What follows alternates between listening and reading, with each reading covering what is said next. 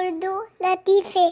ایک دفعہ کا ذکر ہے، ایک آدمی اپنی کار پر ایک لمبے سفر کے لیے نکلا ہوا تھا۔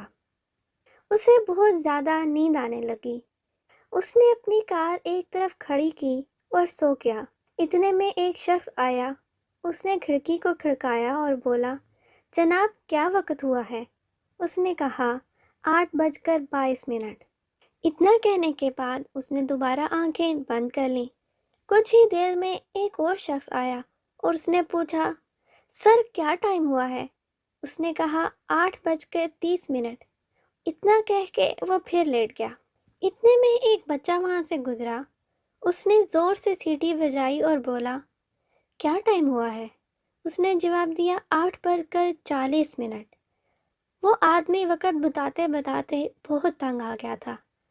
آخر کار اس نے گاڑی کا شیشہ بند کیا اور کاغذ پر لکھ دیا، میرے پاس گھڑی نہیں ہے، اس لیے مجھے وقت کا کوئی علم نہیں ہے، اور خود سو گیا۔ کچھ ہی دیر بعد ایک آدمی نے شیشہ کھڑکایا اور کہا، شیشہ کھولیے۔ اس آدمی نے شیشہ کھولا تو وہ بڑے پیار سے بولا، بھائی اگر آپ کے پاس گھڑی نہیں ہے تو اس میں گھبرانے کی کوئی بات نہیں ہے، میں آپ کو وقت بتا دیتا ہوں، 8:50 ہوئے ہیں۔